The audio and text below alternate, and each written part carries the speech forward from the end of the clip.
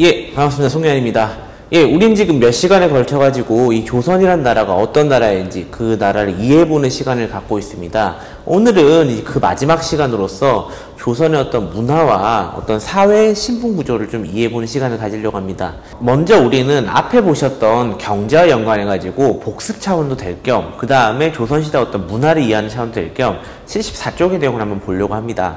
74쪽에 보면요, 어떤 경제 발달이 사람들 어떤 생활에 어떤 식의 변화를 미쳤는가 하는 내용을 다루고 있습니다.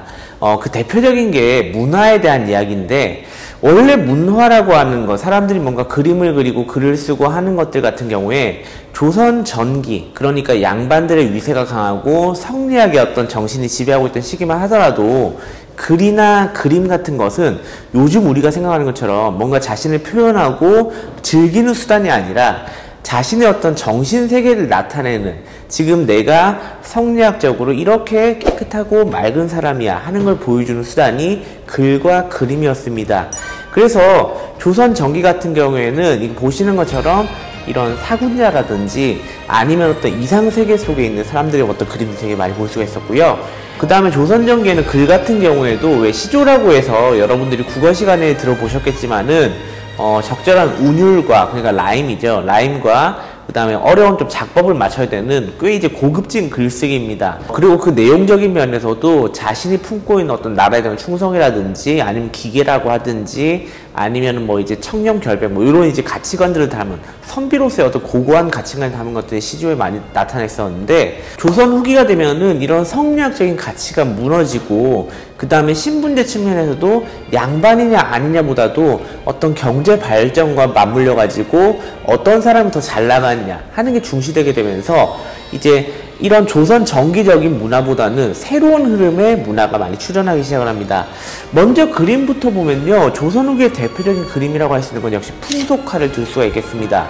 풍속화라고 하는 것은 말 그대로 그 당시의 어떤 풍속, 그러니까 사람들의 어떤 일상생활을 담은 것을 우리가 풍속화라고 하는데, 이 당시 대표적인 풍속화가 여러분도 많이 들어보셨을 단원 김홍도라는 사람입니다. 김홍도 같은 경우에는요, 이 당시 여러분 이렇게 씨름도라든지 아니면은 서당도, 그리고 아니면 뭐 벼 타자가는 그림, 이런 것 같은 서민들이 일상생활하는 모습들을 그림 안에 담아가지고 나타나려고 했었습니다. 그 다음에 또 김홍남 같이 많이 언급된 사람이 신윤복이라는 사람인데, 신윤복 같은 경우에는 이제 어떤 도시의 어떤 남녀 간의 관계, 어떤 당시의 청년들의 어떤 이야기들을 많이 담으려고 했었고요. 그 다음에 또 이제 풍속화는 아니지만 이 당시에 또 많이 유행하던 것이 진경산수화라는 것이 있습니다. 원래 산수화라고 하는 것은 이제 자연을 그린 그런 그림이 산수화인데요. 진경산수화라고 하는 것은 진짜 경치를 담았다는 뜻입니다. 여기서 말하는 진짜 경치는, 그쵸, 우리 주변에 볼 수 있는 한반도의 모습들을 보고 그렸다는 겁니다. 자, 그러면 그 이전에는 가짜란 것인가? 어떻게 보면 가짜라고 할 수 있을 것 같아요.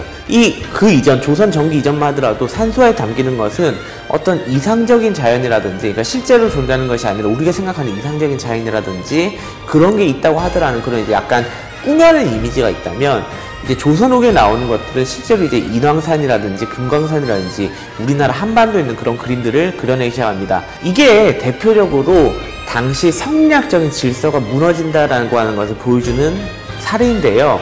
먼저 진경산에서부터 얘기를 드리자면, 기존에는 어떤 우리들의 생각이 중국이 중심이고 우리가 변방이라는 생각을 했다면, 조선 후기에 넘어오게 되면서 명나라가 망하고 청나라, 우리가 평소 오랑캐라고 괄시하던 무시하던 나라가 이제 중심으로 들어오게 되면서, 야, 도대체 중심이라는 게 뭘까? 야, 이렇게 되면 차라리 우리도 중심이 아닐까라는 생각으로 전환하게 되고 우리 주변의 자연환경에 대해서 관심을 갖게 된 거죠. 그런 것들을 그림으로 드러나게 된 것이 진경산수화라고 하는 것이고요. 그 다음에 이제 풍속화도 마찬가지입니다. 풍속화 같은 경우에도 예전에는 왕, 그 다음 양반, 상민, 천민 이런 신분을 머릿속에 염두하고 있었는데, 조선 후기 사회로 들어오게 되면서 경제가 발달함에 따라서 양반이 다 뭐고 상민이 다 뭐야, 그건 구분이 필요가 없어, 이제는 잘 살면 그만이야, 그러면서 이제 서민들이 문화활동에 많이 참여를 하게 되었고, 반대로 말하면 양반들 같은 경우에도 야, 서민들이 요즘 뭐 어떤 거에 관심이 있을까? 되게 관심을 가지다 보니 풍속화란 매체를 통해 가지고 그런 양반의 관심, 서민의 성장 이런 걸 둘 다 볼 수가 있게 된다는 것이죠. 어떻게 보면요, 이 당시 성장한 서민들은 뭐 나쁘게 말하면 졸부라고 할 수도 있습니다. 이제 졸부가 우리 갑자기 이제 부자가 된 사람을 졸부라고 하는데, 이런 졸부들이 내가 돈을 벌어가지고 나도 약간 양반스럽게 양반 행세를 하고 싶은데, 이 사람이 양반이 아니란 건 누구나 다 알잖아요. 사실 이제 전통 뼈대 있는 양반이 아닌 건 다 알고 있습니다. 그러다 보니까 본인 입장에서도 뭔가 문화생활을 하고 싶은데, 뭐 그렇게 배움이 긴 것도 아니고 양반들만큼 뭐 이렇게 기품이 있는 것도 아니고 하다 보니까 옛날에 어떤 고고한 선비 정신 이런 건 뭐 재미가 없단 말이야. 그런 거보단 나는 좀 재밌는 게 좋겠어. 일상적인 뭐 우리 흔히 말 짤방 이런 게 좋겠어. 그래갖고 풍속화 유통에 많이 기여를 했겠죠. 그리고 양반들 같은 경우에 반대로 옛날엔 서민들에 대해서 관심이 없었다면은 이제는 야, 쟤네들 되게 재밌는 거 한다. 쟤네 뭐 하고 있는 거지? 관심 생기면서 양반들도 마찬가지 서민에 대해서 이제 막 그려내기 시작을 할 거고요. 아무튼 그런 것들이 회화에서 미술에서 많이 보이기 시작을 하고요. 그 다음에 문학에서도 마찬가지입니다. 문학은 아까 제가 말씀드린 조선 전기에는 시조라고 하는 것이 유행했다면 조선 후기에는 사설시조라고 하는 것이 유행을 하기 시작합니다. 사설시조라고 하는 것은 얼핏 보면 시조랑 비슷합니다. 시조처럼요, 세 줄로 이루어져 가지고 초장, 중장, 종장의 형식을 갖추고 있는 것처럼 보입니다만 자세히 따지고 들어가면 시조처럼 어려운 작법, 그러니까 쓰는 방법을 따르는 것이 아니라 일정 부분에서 시조의 흉내만 내었을 뿐 사실은 시조가 아니야. 그래서 이 사설시조는 주로 어떤 사람이 썼냐면 마찬가지로 시조 비슷한 걸 따라하고 싶은데, 시조처럼 하고 싶은데 그게 잘 안 되는 사람들, 그 다음에 시조의 형식을 빌려가지고 내가 뭔가 할 말이 있어 그냥 변형해서 부르는 그런 것들이 이제 사설시조라고 하게 됩니다. 이 사설시조는 마찬가지로 서민들의 어떤 경제생활이 성장하게 되면서 서민들이 뭔가 양반 비슷하게 흉내를 내는데, 그 흉내를 낸다고 내는 것이 완전 양반스러운 건 아니고요. 그 다음에 이 사람들을 뭔가 표현하는 과정 속에서 은연중에 이런 현실 세태에 대한 모습이라든지 비판이라든지 아니면 풍자라든지 이런 것들이 녹아 들어가게 되면서 사설시조라고 하는 하나의 장르를 이루게 됩니다. 그래서 아마 국어 시간에 배우실 때 사설시조 하면 뭔가 삐딱하고 뭔가 되게 뭐 세태에 대해서 풍자가 들어가 있고 뭔가 비꼼이 들어가 있고 이런 것들 많이 느끼실 겁니다. 그리고 또 하나 문학의 변화는요, 소설이란 장르가 본격적으로 이제 날개를 폈다라고 할 수가 있겠습니다. 조선 후기에는요, 이 소설이 많이 유통되게 되는데, 홍길동전을 시작으로 해가지고, 많은 소설들, 정말 이제 여러분 국어 시간, 문학 시간 여러분들이 막 괴롭게 하는 그런 소설들이 대체로 조선 후기에 많이 나오게 됩니다. 이런 소설들 같은 경우에는요, 조선 전기의 문학과 다르게 우리 지금도 그렇지만 재미를 위해서 보는 겁니다. 조선 전기에는 양반의 어떤 채통이 있지, 어떻게 양반이 그렇게 막 웃고 떠들고 그렇게 품위 없이 할 수가 있느냐라고 생각했다면, 조선 후기는 새로 성장하는 서민들의 시대입니다. 서민들이 뭐 양반들이 그러든가 말든가 뭐야, 내가 재밌으면 그만이지 라고 하면서 재미를 추구하게 되고, 이런 물결에 따라 가지고 당시 지배층 속에서도 이제 재미를 추구해 가지고 소설들을 많이 읽어보게 됩니다. 그래가지고 소설을 중심으로 어떤 사회 변화가 나타나게 되냐면, 사람들이 소설을 많이 읽어보고 싶은데 내가 소설을 읽을 글을 몰라요. 그러다 보니까 남 대신 이제 소설을 읽어주는, 돈을 받고 소설을 읽어주는 전기수란 사람이 등장하기도 하고요. 그 다음에 사람들이 책을 많이 빌려다 보니까 빌려보는 그런 새책가라든지 아니면 반각본이라고 하는 출판업 같은 것이 많이 번성하게 됩니다. 이런 것들이 단순 문화 현상이 아니라 당시 어떤 사회 경제의 변화와 맞물려 가지고 나타난 현상이라는 걸 기억해 두시면은 조선 전기와 비교해서, 그 이전과 비교해서 조선 후기가 명확하게 사회 변동이 일어나고 있다는 걸 여러분이 인지할 수 있을 거고요. 바로 그 내용을 이어가지고 다음 페이지 75쪽에는 조선 사회가 그래서 어떻게 변동해 가는가, 어떤 사회 구조, 신분제 변동, 이런 것들을 한번 들어가 보도록 하겠습니다. 사회 같은 경우에는요, 조선, 고려 복습한다 생각하십시오. 고려 비슷하게 조선에서도 양인과 천인 두 개 클래스로 나뉘고 있습니다.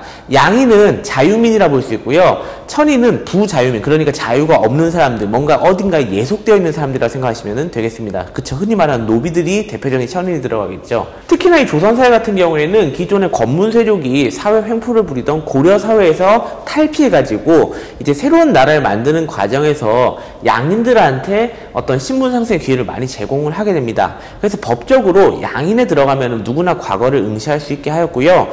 그 다음에 성리학적으로 볼 때도 이 성리학의 어떤 가치가 사람들이 질서에 맞게, 자기 신분에 맞게 행동할 때 가장 사회가 안정된다고 봤기 때문에 그래 네가 뭐 신령만 있다면 백성이라도 얼마든지 하면서 기회를 열어주기도 했었습니다. 이 조선시대 같은 경우에는요, 그래서 이 양인들을 적극적으로 늘려나가려고 했습니다. 왕 입장에서 천민이 많으면 노비가 많으면 좋은 거 아니야 라고 하겠지만, 노비는 그 당시 사람 취급을 안 했기 때문에 이 사람들한테는 어떤 역할이라든지 의무가 없습니다. 그냥 시키면 시킨 대로 하는 거예요.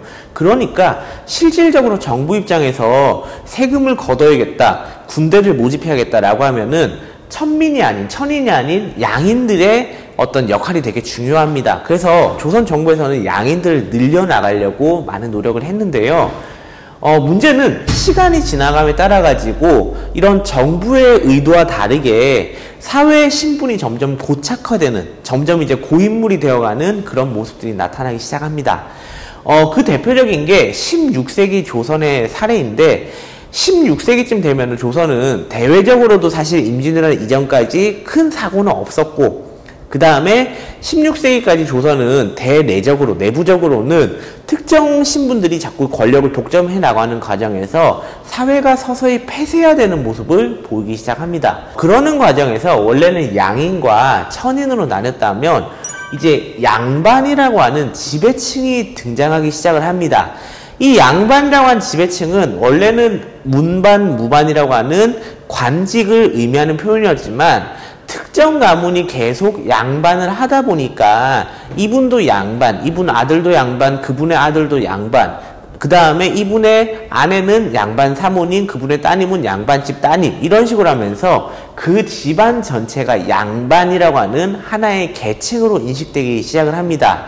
그리고 양반 내부에서도 야, 우리가 나름 그래도 양반인데 어떻게 나머지 것들, 문반과 무반이 아닌 것들하고 우리하고 똑같이 볼 수가 있어 라고 하면서 차별을 두기 시작을 하는데요. 그 대표적인 게 양반 밑에 있는 중인이라는 사람들입니다. 바로 뒤에 설명을 드리겠지만, 그래서 16세기 조선은 양반이라고 하는 클래스하고 양반이 아닌 일반적인 사람들, 상민이란 클래스 두 개로 구분되기 시작해서요, 보통 우리 조선시대는 반상제라고 하는 것이 일상화되었다라고 얘기를 하는데, 16세기에 양반이라는 사람이 이렇게 하나의 계층으로 굳어나가는 과정에서 다른 신분에 대해서 차별을 가하기 시작했구나라고 볼 수 있는 게 이 중인이라는 클래스의 등장입니다. 중인의 대표적인 클래스는 서얼이라는 게 있습니다. 서얼은 서자와 얼자를 합한 말인데, 만약에 양반집 자제입니다만 그 당시 양반은 일부 일처제가 아니었기 때문에 첩이 자식을 낳게 되면은 서자라고 부르게 됩니다. 그런데 그 첩이 양인도 아니고 천인첩, 그러니까 이제 노비에서 태어난 경우에는 얼자라고 부릅니다. 이런 걸 합쳐가지고 우리는 서얼이라고 부르게 되는데, 사실 서얼 같은 경우에도 양반의 자식입니다. 근데 양반의 자식임에도 불구하고 야, 너는 어떻게 나하고 출신이 같다고 볼 수 있어? 너하고 나하고 같이 보면 이게 질서가 흔들리는 거지 라고 하면서 인위적인 차별을 두기 시작해요. 그런 서얼이 대표적인 중인에 들어가게 되고요. 그 다음에 조선시대 과거제도는 문과, 묵과, 잡과가 있었습니다만, 이 중에 양반은 문과와 묵과죠. 그래서 여기 들지 못한 나머지 기술관들 잡과 같은 경우에도 야, 니네가 어떻게 나하고 급이 같니? 너네 같은 애들이 지배층이라면은 사회 신분이 흔들려요 라고 하면서 여기도 중인으로 차별하기 시작을 하죠. 그리고 또 하나 등장하는 게 향리라는 친구들입니다. 우리 향리 너무 많이 들었죠? 이 향리도 중인에 들어가 있어요. 고려시대 향리도 분명히 중간 클래스였고요. 조선시대 향리도 분명히 중간 클래스입니다. 근데 향리의 위상은 많이 달라졌습니다. 어떻게 많이 달라졌냐면, 향리 같은 경우에 조선시대는 지방관을 전 지역에 파견했기 때문에 예전만큼 위상이 높지가 않다라고 말씀을 드렸습니다. 그래서 향리의 역할은 지방관, 수령을 보좌하는 역할 정도로 떨어지게 되었고요. 그러다 보니까 이 사람들에서는 인위적으로 차별을 가하고 직업을 세습하게 하면서 더 이상 올라오지 못하게 막고 있습니다. 그리고 이제 향리 같은 경우에는 따로 이제 나라에서 월급을 주는 게 아니고 그냥 지들 알아서 벌어먹게. 그러니까 향리들이 지역에 있는 백성들을 수탈할 수밖에 없게 만들고, 그러면서 향리들은 뭔가 이미지가 좀 부정적인, 백성 집안에 저 나쁜 놈이라고 하는데 어떻게 보면 그렇게 미움을 받도록 설정해 놓은 것이죠. 그런 향리들이 있어가지고요, 조선시대에는 이 중인 클래스의 한 축을 담당하고 있습니다. 잘 보시면 이 향리 같은 경우에는 저기 옛날 신라시대부터 고려 조선을 거쳐온 동안 신분이 참 다이나믹하게 변하고 있는데, 나름 그래도 신라 말에 지방의 어엿한 호족으로 출발했으나 고려에서는 그래도 중간 계층을 담당하면서 자기 능력만 된다면 이제 과거 시험을 통해서 이제 양반에 진출할 수 있는 자격도 가지고 있었으나 조선시대에 들어오게 되면은 그냥 향리, 이 친구는 양반이 되지 못하는 중간 클래스로 머물게 되면서 아, 정말 옛날이 좋았다라고 할 만큼 뚝뚝뚝 떨어지는 모습을 관찰할 수가 있습니다. 아무튼 이런 식으로 인위적인 차별을 설정해 놓았던 사람들이 중인이라는 사람들이고요. 그 밑에 있는 상민들은 여러분들이 상인, 멀천트하고 오해하시면 안 되겠습니다. 근데 일반적인 사람들이라는 뜻이고요. 이 사람들은 양반이 아닌 사람들을 그냥 생각하면 보시면 되겠습니다.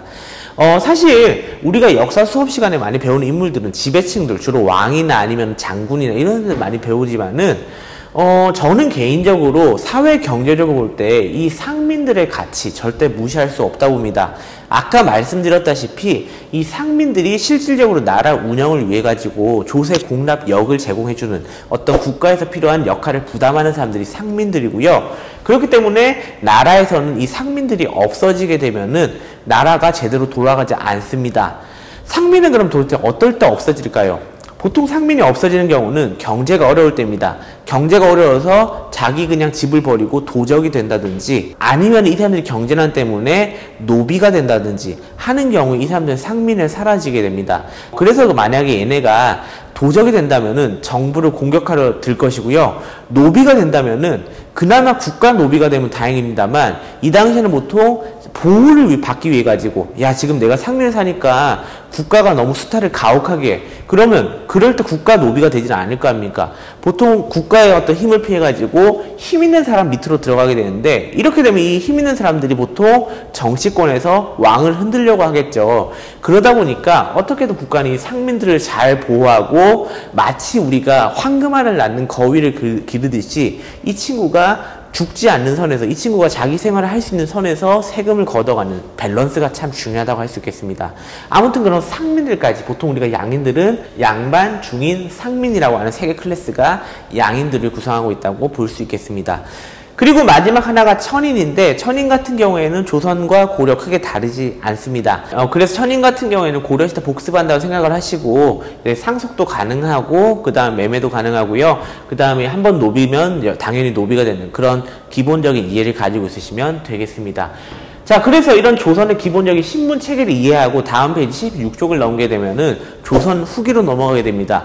이렇게 만들어놨던 조선의 신분 질서, 이 질서는 이 질서들이 유지가 될 때, 이 처지에 맞게, 신분에 맞게 사람들이 생활을 할 때 조선 사회가 안정됩니다. 그런데요, 조선 후기 같은 경우에는 임진왜란, 병자호란 같은 굵직굵직한 전쟁을 겪고 난 뒤다 보니까 신분제가 그대로 유지되지가 않습니다. 우리 전 시간 임진왜란 때 말씀드렸지만은 전쟁 도중에 일본군이 많은 국토를 유린하게 됐었고 궁궐을 불태우기도 했습니다만 이 당시에 혼란을 틈타가지고 백성들이 관청이나 궁궐을 불태운 일도 분명히 있었습니다. 그러는 목적은요, 어떤 단순한 울화통이 터져가지고 화가 나가지고 뭐 불지르는 경우도 있겠지만은 이제 백성들이 실질적으로 노비 문서를 소각한다든 토지 문서를 소각한다 해가지고 어떤 자신의 어떤 부채라든지 빚이라든지 아니면 신분을 말소하려고 방화를 많이 저지르기도 했었죠. 그리고 그 결과로 전쟁이 끝나고 나니까 실제로 사회 신분 구조가 많이 바뀌어 있습니다. 옛날에 노비였던 사람들, 엄밀히 말해서 이제 자기 동네만 안 돌아가면은 이제 다른 동네에서 내가 노비인지 몰라요. 신분 세탁이 가능합니다. 그렇게 되면서 수많은 노비들이 사라지게 되고 또 백성들이 전공을 세우거나 하게 되면은 나라에서도 당시 돈이 없다 보니까 공명첩이라고 하는 일종의 관직 문서인데 여기는 이름이 없어요. 그래서 자기 이름 적으면 되는 그런 일종의 백지수표를 만들어줍니다, 나라에서. 그럼 이렇게 만들어주면은 나라에다가 돈 많이 낸 사람이라든지 아니면 어떤 공로가 있는 사람들 전부 다 자기 이름 쓰고 임시 관직을 발급받는 거죠. 그렇게 되면은 얘네들이 양반이 됐기 때문에 더 이상 상민이 아닙니다. 그런 식으로 해서 사회 신분 구조가 뒤틀리기 시작을 해요. 노비가 줄고 상민이 줄고 양반이 증가하는 그런 사회 신분 구조를 만들어내게 되고, 그래서 우리 교과서를 보시게 되면은 18세기 무렵이 되면은 무려 50%까지 양반이 증가하게 됩니다. 양반이 많아지면 좋은 거 아닌가요? 사회가 평등해진다는 거 아닌가요? 그쵸, 그렇게 볼 수도 있겠지만은 나라 입장에서 볼 때는 돈을 거둘 데가 없다고요. 상민들이 돈을 많이 내줘야 나라가 정부가 안정적으로 운영이 되는데 상민, 노비 할 것 없이 양반이 늘게 되면서 너나 없이 지배층으로 군림하려고만 하지 아무도 백성들의 역할을 부담하지 않습니다. 그러니 정부는 항상 쪼들릴 수밖에 없고, 그러니까 피지배층에 있는 사람들이 힘들 수밖에 없습니다. 그리고 이때쯤이 되면은 양반이라 할지라도 내가 실제 관료로 모두 종사할 수 있는 건 아닙니다. 양반은 말 그대로 이제는 계층입니다. 하나의 16세기는 계층이 돼버렸고, 그런 상황에서 실제 내가 양반 행세를 하고 내가 왕한테 어떤 역할을 하려면 관료가 되어야 되는데, 문제는 이렇게 내가 양반이 되고 과거 시험을 쳐서 심지어 합격을 한다 하더라도 관료가 못 되는 경우가 많이 나타납니다. 왜? 관료 숫자는 한정적이잖아요. 관료가 갑자기 올해 100명부터 500명, 1000명 막 느는 게 아니잖아.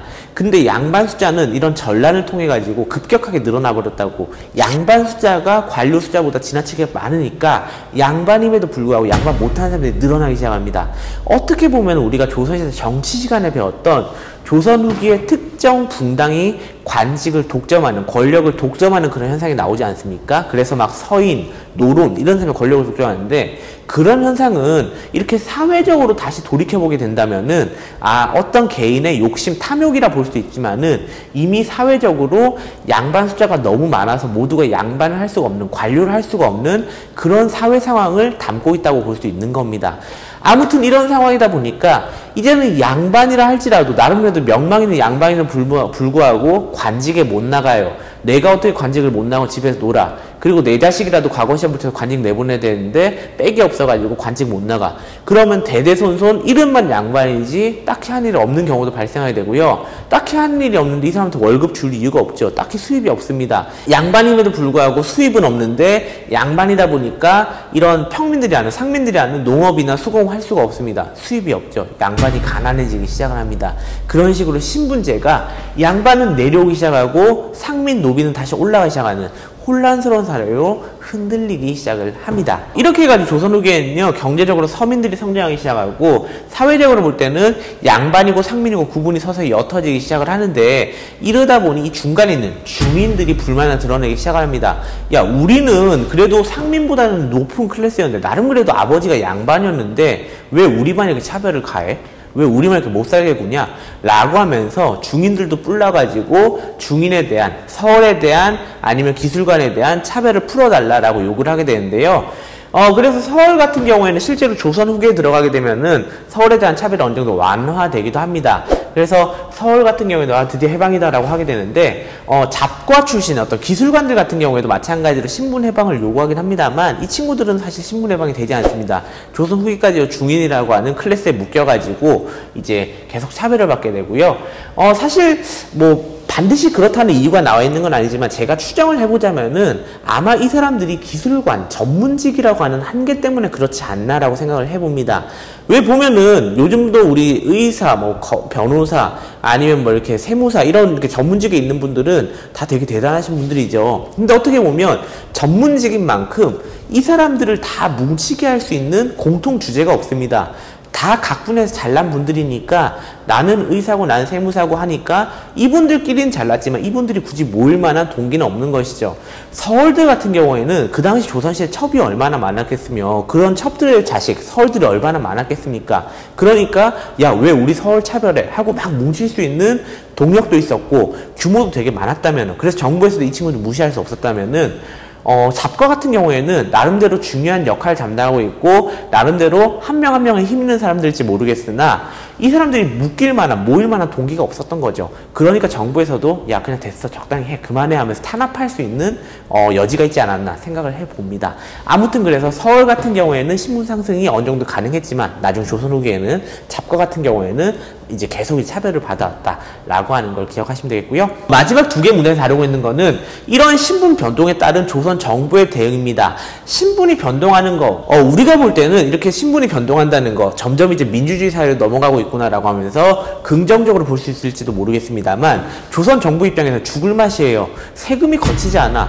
양반은 양반이라서 역을 지지 않고요. 그 다음에 백성 같은 경우에도 양반 신분 사가지고 군역 지지 않습니다. 그러니까 왜 우리 저번 시간에 균역법 같은 그런 제도가 나오긴 했었죠. 그 다음 조세 같은 경우에도 원래 양반이 부담을 하긴 합니다만, 양반도 보면 조세는 내긴 합니다만, 이 당시에는 지주들이 많아지고 소장농들이 많아지고 하면서 지주가 내지 않고 실질적으로 소장농이 내죠. 왜? 2분의 1 낸 거에서 지주가 내는 시기니까 실질적으로 전부 다 소장농의 부담이 된단 말이야. 이 전체적인 지배층은 부담을 하지 않아요. 나라에서도 부담이 가중되고, 이렇게 될수록 백성들이 자기 신분 안 하고 탈주한다는 거 알고 있어. 어떻게 해가지고 어떻게 해서든 이 중간에 있는 상민들을 두텁게 유지할 필요가 있습니다. 그래서 나중에 조선 정부는 어떤 특단의 조치를 취하기도 하냐면요, 우리 영조 임금 때에 가면은 노비 종모법이래 가지고, 원래 노비 같은 경우에는 어머니 아버지 상관없이 둘 중에 한쪽만 노비여도 노비예요. 근데 영조 때 오게 되면은 어머니에 따라 가지고, 만약에 어머니가 양인일 경우에는 양인으로 올려주겠다라고 하는 제도를 실시해서 양인 숫자를 늘리려고 합니다. 그리고 영조, 정조, 순조 때 가게 되면은 공노비들, 관청에서 거느리고 있는 노비들 약 6만여 명을 전부 해방시켜가지고 너넨 지금부터 양인이다라고 해주기도 합니다. 요거를 오해하시면 안 되는 게, 왜 보면 우리 미국에서 노예제가 해방되고 하는 그런 모습도 있지 않습니까? 19세기 들어가지고 그런 거랑 똑같은 걸로 이해하시면 안 돼요. 어떤 민주주의 사회 발전 이런 걸로 이해하시면 되는 게 아니고, 이 당시에 국가에서 노비를 해방해주고 어머니가 양인이면 양인을 해주고 하는 정책들은 노비들을 막 인간적인 면에서 그래 노비도 사람인데 하는 인류의 이런 것 때문에 노비들을 막 이렇게 해방해주는 게 아니라요, 순전히 어떤 정부 운영 방침에서 세금이 안 거치니까 얘네들이 양인으로 만들어야지 세금 낼 친구들이 있어. 그래서 야, 노비 풀어줄 테니까 양인 돼가지고 조세 공납 역 내라 라고 하는 의도에서 풀어주는 것이지, 절대 이런 어떤 인간적인 인류애적인 차원이 아니다라고 하는 것을 염두하시면 좋을 것 같습니다. 아무튼 그렇게 신분 구조가 빠르게 해체되고 변해나가는 상황, 이게 바로 조선 후기의 사회 상황이라고 얘기할 수가 있겠습니다. 그리고 그 다음 페이지는 이런 사회상의 변화 속에서 그럼 실제 백성들의 삶, 실제 어떤 지방민들의 삶은 어떻게 변해나가는지를 볼 수가 있는데요, 그게 바로 이제 향촌사회 변화입니다. 조선시대 들어오게 되면은 모든 지방에다 지방관을 파견했었죠. 하지만 조선은 성리학 국가이기 때문에 왕이 지배하려고 하는 왕의 의도 중요합니다만, 중간에 있는 양반들, 선비들의 말을 잘 경청하고 소통하는 것도 대단히 중요하다고 했었습니다. 그러다 보니까 지방에 있는 사람들 의견을 소통하고 좀 경청하기 위해 가지고 유향소라는 거 하는 것을 세우는 걸 허용해 주게 됩니다. 그래서 유향소가 지방 각지에 들어서게 되는데요, 제가 설명을 안 드렸지만은 이 유향소라고 하는 것이 사실 중간중간에 그 유향소에 있는 어떤 선비들이 횡포를 부리기도 하고, 한때는 수령들이 유향소를 막 탄압하기도 하고 하면서 중간에 유향소가 없어졌다가 부활했다가 없어졌다가 부활했다가 반복하게 됩니다. 그런 유향소가 부활과 폐지를 반복하다 보니까 본래 색깔을 많이 잃어버리게 되고요. 그러는 과정에서 나중에 중종 이후가 되면은 좀 이제 뜻있는 살인들을 출연해가지고, 우리 중국에 보니까 지방을 굳이 법대로 다스린 게 아니라, 나라에서 행정 조직을 활용해서 다스린 게 아니라 지방을 그냥 지방민들이 자치해서 다스리던데, 그런 거 우리도 도입해보면 어떤? 자치해서 다스리면은 왕도 이제 직접 법대로 안 해도 되고 지방민들도 알아서 도덕 규범대로 행동하는 거니까 그거 되게 좋은 거 아님? 하면서 왕한테 건의를 하게 됩니다. 왕이라고 하는 사람들은 성리학적으로 볼 때 이제 법이나 힘으로 다스린 게 아니라 도덕적으로 백성들을 교육시켜서 백성 스스로가 자발적으로 하게 하는 것이 가장 이상적으로 봤기 때문에 왕이 볼 때도 이거 나쁘지가 않은 것 같아요. 그래서 오케이, 그렇게 한번 해봐라 라고 해서 시행되게 되는 게 향약이라고 하는 겁니다. 향약은 쉽게 말해 향촌의 약속, 우리 지역 사람들의 약속, 우리는 이 자치대로, 자치 규정대로 한다라고 하는 게 향약이고요. 학교로 치면 그쵸, 자치 규정 같은 거 이런 것들대로 우리는 운영하겠습니다라고 하는 거고, 이거 법입니까? 법은 아닙니다. 법은 아니고 그냥 우리끼리 어떤 도덕적인 규범, 요거 우리 그냥 준수하도록 하자, 그런 내용이 되겠습니다. 그래서 향약에 따라 가지고 지방을 다스리게 되는데, 향약은 장점이라 본다면은 이 사람들이 말한 거대로 그쵸, 어떤 법대로 나라를 다스린 게 아니라 도덕 규범에 의거해 가지고 좋게 나라를 다스린다는 장점이 있겠고요. 반대로 말하면 지방 관리에 있어 가지고 이제 사족들, 그러니까 뭐 선비라든지 아니면 전직 관리를 했던 사람이라든지 이런 사람들의 지배력이 강화되는 걸 보여줄 수가 있습니다. 그래서 이제 뭐 양반이 그냥 뭐 잘못한 백성이 있으면 따로 이제 법원 갈 필요도 없이, 그러니까 저기 수령님한테 갈 필요도 없이 자기들끼리 그냥 처리해버리고 규정을 정하고 하는 그런 향약이라고 하는 게 강화되기 시작을 합니다. 문제는 조선 후기에 들어오게 되면은 이 양반이 주도하는 향촌 사회가 급격히 변동되기 시작합니다. 경제력의 변동됨에 따라 가지고 당연히 지방에서도 옛날 그 모습 그대로 살아갈 수가 없는 거예요.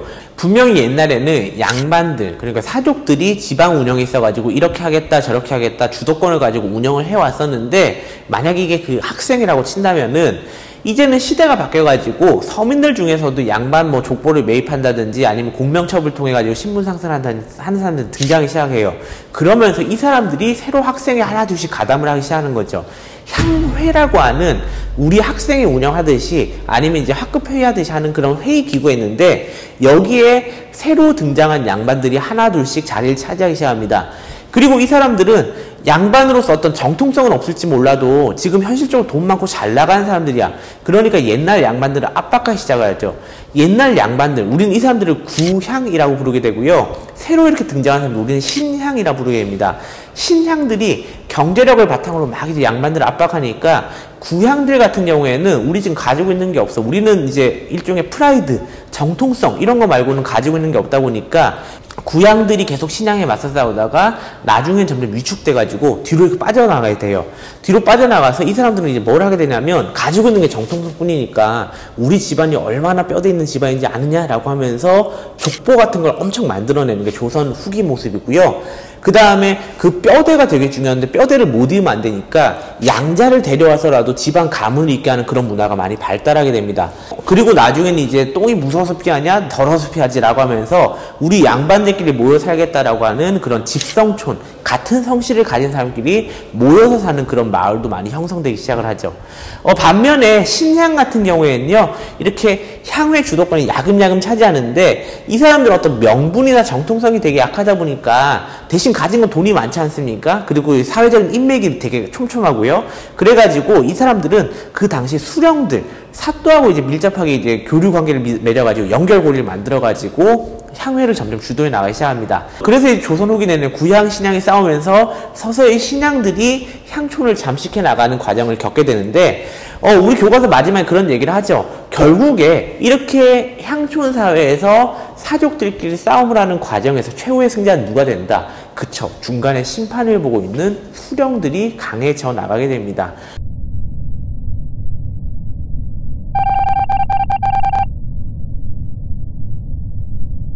심판을 받은 수령들이 이때는 구향들 손을 들었다가 이때는 신향들 손을 들었다가 왔다 갔다 하게 되면서 자기 이득을 최대한 챙기게 되고, 그래서 조선 말기에 들어가게 되면은 사실상 향촌이라고 하는 것은 수령들이 하는 일에 그냥 사인해주는 그런 기구로 전락해버리게 되었다, 떨어지게 되었다라고 하는 걸 확인할 수 있게 됩니다.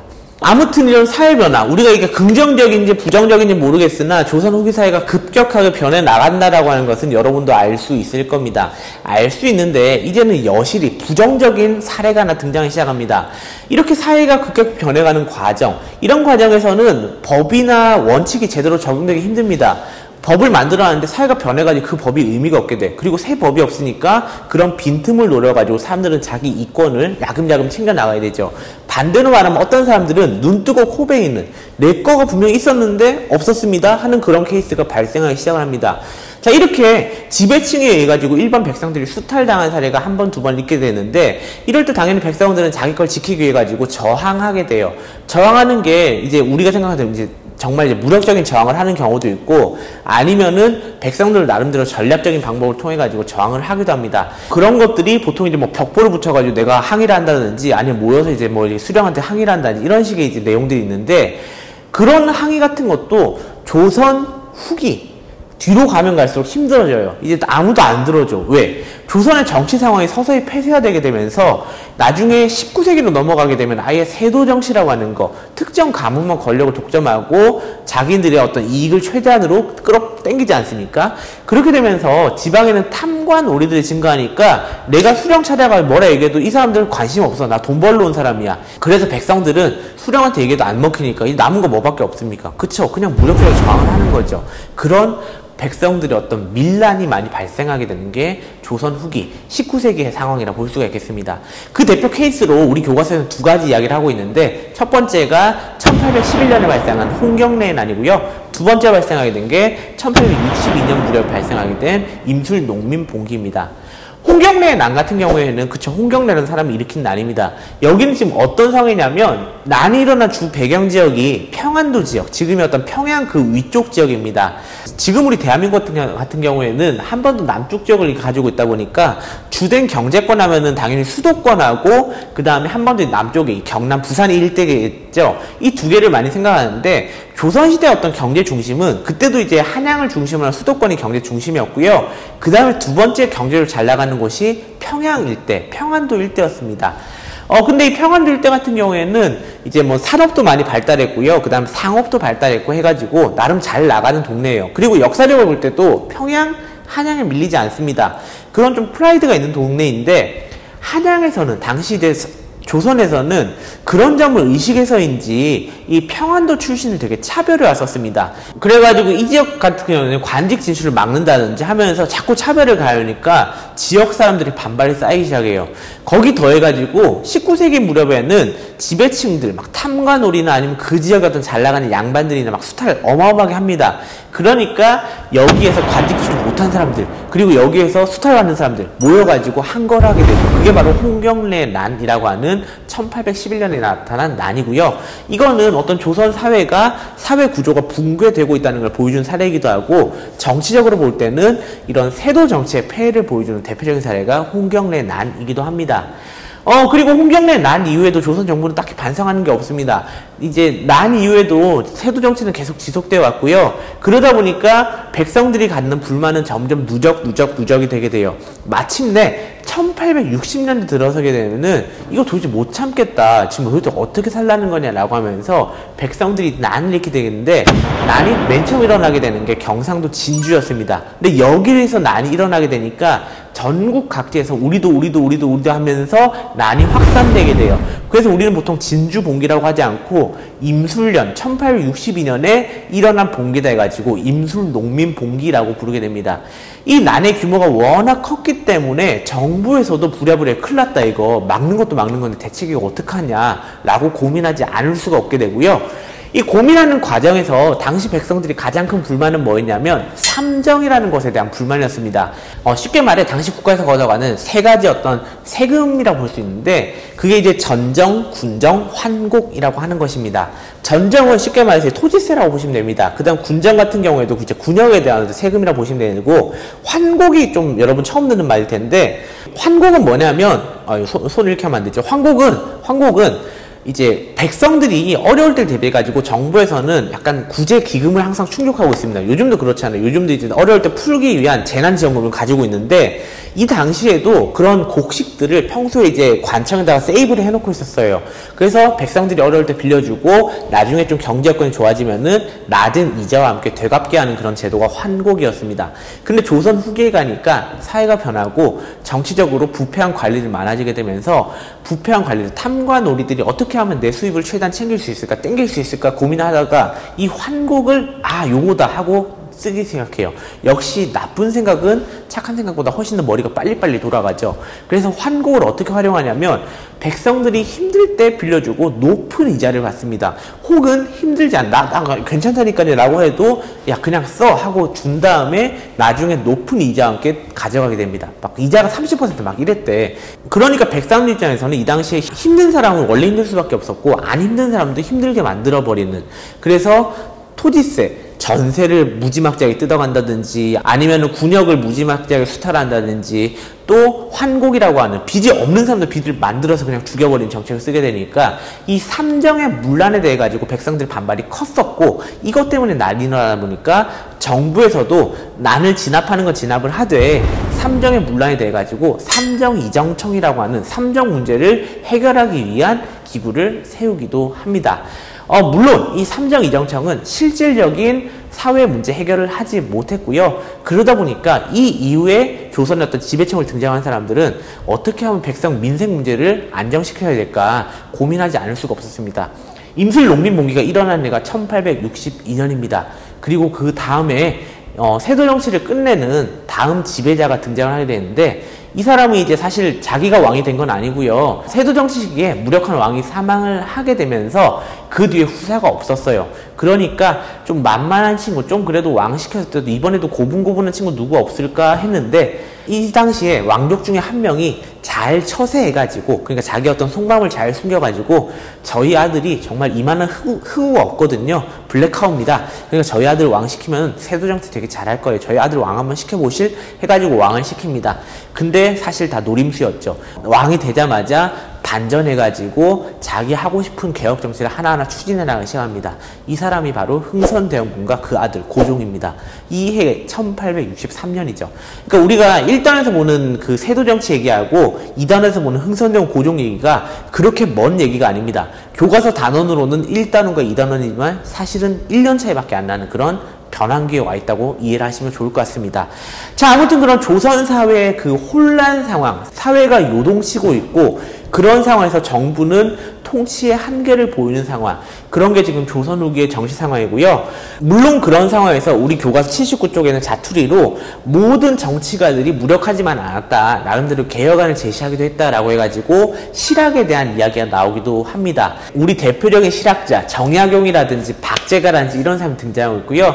이 사람들 같은 경우에는 조선 후기 어떤 시대의 변화에 맞춰가지고 성리학이라고 하는 것이 더 이상 시대 변화에 대응하지 못하고 있기 때문에 우리가 이제 시대 변화에 맞는 새로운 어떤 학문을 내놔야 됩니다 라고 하면서 실학이라는 걸 하게 되죠. 실학이라고 하는 것은 실질적으로 어떤 백성 생활에 어떤 편리함을 제공해주는, 우리가 보통 실사구시, 이용후생이라 해가지고 어떤 백성들한테 실제로 어떤 도움이 되고 그 다음에 사용을 함으로써 백성들 생활을 두텁게 해줄 수 있는 그런 학문을 해야지 백성들이 먹고 사는 것이 안정되고, 얘네가 안정돼야지 우리 지배층이 안정되고, 그게 곧 유교, 성리학이 강조하는 거 아니겠습니까? 라고 하는 약간 성리학의 변형된 형태인 실학이 등장하게 됩니다.